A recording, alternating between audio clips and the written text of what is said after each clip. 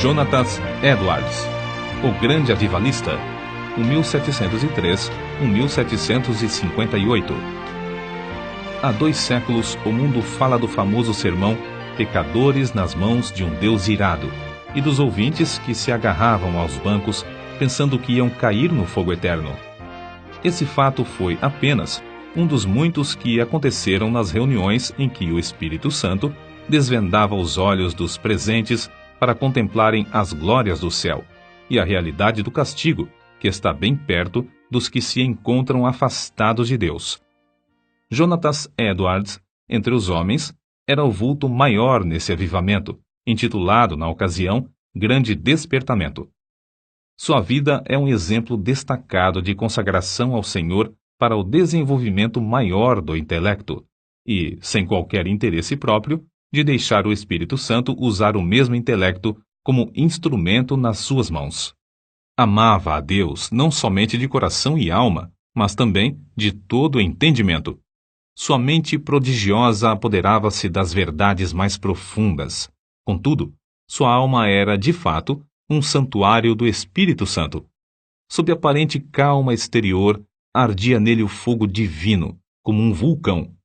Os crentes atuais devem a esse herói, graças à sua perseverança em orar e estudar sob a direção do Espírito, a volta às várias doutrinas e práticas da igreja primitiva. Grande foi o fruto da dedicação do lar em que Edwards nasceu e se criou. Seu pai foi o amado pastor de uma só igreja durante um período de 64 anos. Sua piedosa mãe era filha de um pregador que pastoreou uma igreja durante mais de 50 anos. Das 10 irmãs de Jonatas, 4 eram mais velhas do que ele e 6 mais novas. Muitas foram as orações que os pais ofereceram a Deus para que o único e amado filho fosse cheio do Espírito Santo e que se tornasse grande perante o Senhor. Não somente oravam assim, fervorosa e constantemente, mas mostravam-se igualmente zelosos em criá-lo para Deus. As orações, à volta da lareira, os estimularam a se esforçarem, e seus esforços redobrados os motivaram a orar mais fervorosamente.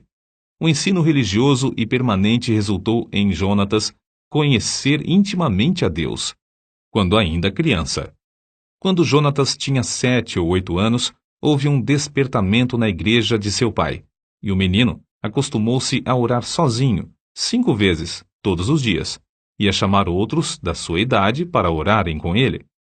Citamos aqui as suas palavras sobre esse assunto. A primeira experiência de que me lembro, de sentir no íntimo a delícia de Deus e das coisas divinas, foi ao ler as palavras de 1 Timóteo, capítulo 1, versículo 7. Ora, ao Rei dos séculos, imortal e invisível, ao único Deus, seja honra e glória para todo sempre. Amém. Sentia a presença de Deus até arder o coração e abrasar a alma de tal maneira que não sei descrevê-la. Gostava de passar o tempo olhando para a lua e, de dia, contemplar as nuvens e os céus. Passava muito tempo observando a glória de Deus, revelada na natureza, e cantando as minhas contemplações do Criador e Redentor. Antes, me sentia demasiado assombrado ao ver os relâmpagos e ouvir o troar do trovão. Porém, mais tarde, eu me regozijava ao ouvir a majestosa e terrível voz de Deus na trovoada. Antes de completar 13 anos, iniciou seu curso em Yale College, onde, no 2º ano, leu atentamente Ensaio sobre o Entendimento Humano, a famosa obra de Locke. Vê-se, nas suas próprias palavras acerca dessa obra, o grande desenvolvimento intelectual do moço. Achei mais gozo nisso do que o mais ávido avarento em ajuntar grandes quantidades de ouro e prata de tesouros recém-adquiridos. Edwards, antes de completar 17 anos, diplomou-se no Yale College, com as maiores honras. Sempre estudava com esmero, mas também conseguia tempo para meditar na Bíblia diariamente. Depois de diplomar-se, continuou seus estudos em Yale durante 2 anos e foi então separado para o ministério. Foi nessa altura que seu biógrafo escreveu acerca de seu costume de dedicar certos dias para jejuar, orar e examinar-se a si mesmo. Acerca da sua consagração, com a idade de 20 anos, Edwards escreveu: Dediquei-me solenemente a Deus e o fiz por escrito, entregando a mim mesmo e tudo o que me pertencia ao Senhor, para não ser mais meu qualquer sentido, para não me comportar como quem tivesse direitos de forma alguma, travando, assim, uma batalha com o mundo, a carne e Satanás, até o fim da vida. Alguém assim se referiu a Jonatas.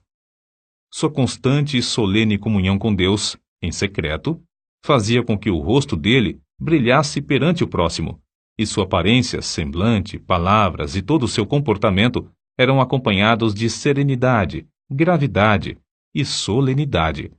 Aos 24 anos, casou-se com Sarah Pierrepont, filha de um pastor, e desse enlace nasceram, como na família do pai de Edwards, 11 filhos. Por ocasião do grande despertamento, ao lado de Jonatas Edwards, estava o nome de Sarah Edwards, sua fiel esposa e ajudadora em tudo. Tal qual seu marido, ela nos serve como exemplo de rara intelectualidade. Profundamente estudiosa, inteiramente entregue ao serviço de Deus, ela era conhecida por sua santa dedicação ao lar, pelo modo de criar seus filhos e pela economia que praticava, movida pelas palavras de Cristo, para que nada se perca. Mas, antes de tudo, tanto ela como seu marido eram conhecidos por suas experiências com a oração. Faz-se menção, destacada, de um período de 3 anos, especialmente, durante o qual, apesar de gozar de perfeita saúde, ficava repetidas vezes sem forças por causa das revelações do céu. A sua vida inteira foi de intenso gozo no Senhor. Jonatas Edwards costumava passar 13 horas todos os dias, estudando e orando. Sua esposa também o acompanhava na oração, diariamente. Depois da última refeição, ele deixava toda a lida a fim de passar 1 hora com a família. Mas que doutrinas a igreja havia esquecido e que Edwards começou a ensinar e a observar de novo com manifestações tão sublimes? Basta uma leitura superficial para descobrir que a doutrina a qual deu mais ênfase foi a do novo nascimento, apresentando-a como uma experiência certa e definida, em contraste com a ideia da Igreja Romana e de várias denominações. O evento que marcou o começo do grande despertamento foi uma série de sermões feitos por Edwards sobre a doutrina da justificação pela fé, que fez os ouvintes sentirem a verdade das Escrituras. O foco de seus sermões era de que toda a boca ficará fechada no dia do juízo, e que não há coisa alguma que, por um momento, evite que o pecador caia no inferno, senão o bel prazer de Deus. É impossível avaliar o grau do poder de Deus derramado para despertar milhares de almas para a salvação, sem primeiro nos lembrarmos das condições das igrejas da Nova Inglaterra e do mundo inteiro nessa época.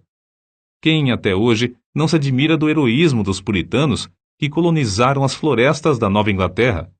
Passara, porém, essa glória e a igreja, indiferente e cheia de pecado, encontrava-se face ao maior desastre.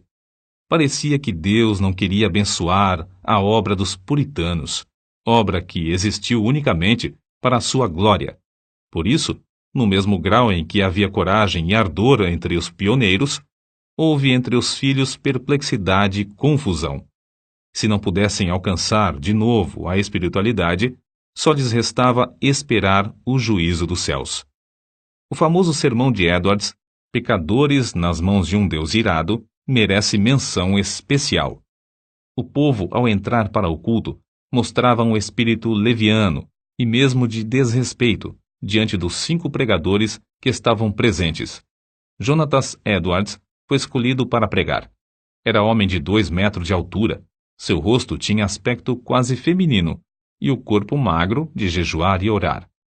Sem quaisquer gestos, encostado num braço sobre a tribuna, segurando o manuscrito na outra mão, falava com voz monótona.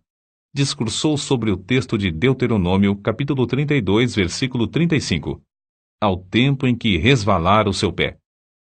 Depois de explicar a passagem, acrescentou que nada evitava, por um momento, que os pecadores caíssem no inferno, a não ser a própria vontade de Deus, que Deus estava mais encolerizado com alguns dos ouvintes do que com muitas pessoas que já estavam no inferno, que o pecado era como um fogo encerrado dentro do pecador e, com a permissão de Deus, pronto a transformar-se em fornalhas de fogo e enxofre, e que somente a vontade do Deus indignado os guardava da morte instantânea. Prosseguiu então, aplicando o texto ao auditório.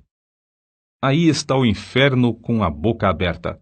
Não existe coisa alguma sobre a qual vós vos possais firmar e segurar. Entre vós e o inferno existe apenas a atmosfera. Há atualmente nuvens negras da ira de Deus pairando sobre vossas cabeças, predizendo tempestades espantosas com grandes trovões. Se não existisse a vontade soberana de Deus, que é a única coisa para evitar o ímpeto do vento até agora, seríeis destruídos e vos tornaríeis como a palha da eira. O Deus que vos segura na mão sobre o abismo do inferno, mais ou menos como o homem segura uma aranha ou outro inseto nojento sobre o fogo, durante um momento, para deixá-lo cair depois, está sendo provocado em extremo. Não há que admirar se alguns de vós com saúde e calmamente sentados aí nos bancos, passarem para lá antes de amanhã. O resultado do sermão foi como se Deus arrancasse um véu dos olhos da multidão para contemplar a realidade e o horror da posição em que estavam.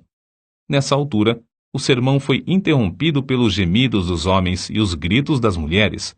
Quase todos ficaram de pé ou caídos no chão. Foi como se um furacão soprasse e destruísse uma floresta.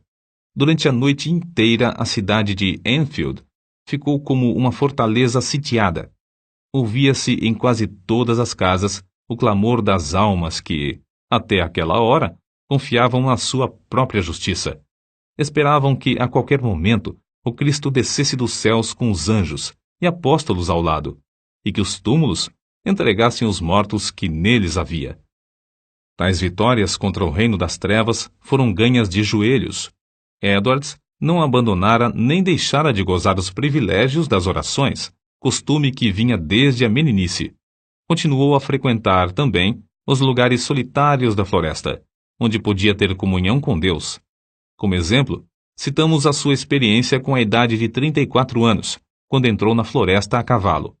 Lá, prostrado em terra, foi-lhe concedido ter uma visão tão preciosa da graça, amor e humilhação de Cristo como mediador, que passou 1 hora vencido por uma torrente de lágrimas e pranto.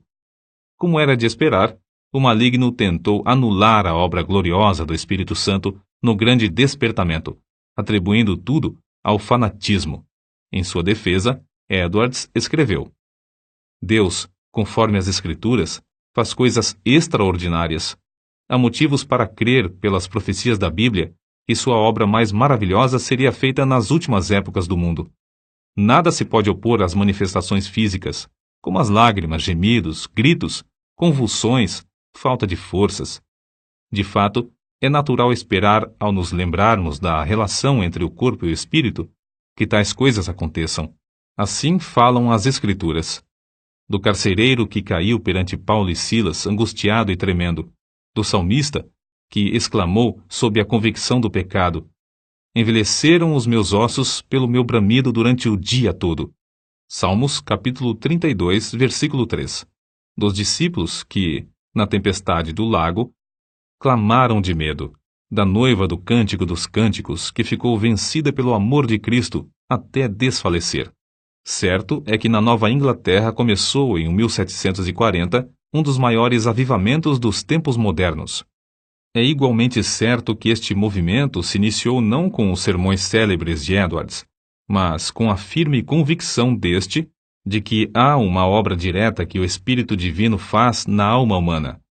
Note-se bem, não foram seus sermões monótonos, nem a eloquência extraordinária de alguns como George Whitefield, mas, sim, a obra do Espírito Santo no coração dos mortos espiritualmente, que, começando em Northampton, espalhou-se por toda a Nova Inglaterra e pelas colônias da América do Norte, chegando até a Escócia e a Inglaterra. No meio de uma época da maior decadência, a Igreja de Cristo, entre a população escassa da Nova Inglaterra, despertou e foram arrebatadas de 30 a 50 mil almas do inferno, durante um período de 2 a 3 anos. No meio das suas lutas, sem ninguém esperar, a vida de Jonatas Edwards foi tirada da terra. Apareceu a varíola em Princeton, e um hábil médico foi chamado da Filadélfia para inocular os estudantes. O nosso pregador e 2 de suas filhas foram também vacinados. Na febre que resultou, as forças de nosso herói diminuíram gradualmente até que, um mês depois, faleceu. Assim diz um de seus biógrafos. Em todo o mundo onde se falava o inglês, era considerado o maior erudito desde os dias do apóstolo Paulo ou de Agostinho. Para nós, a vida de Jonatas Edwards é uma das muitas provas de que Deus não quer que desprezemos as faculdades intelectuais que Ele nos concede, mas que as desenvolvamos, sob a direção do Espírito Santo, e que as entreguemos desinteressadamente para o seu uso.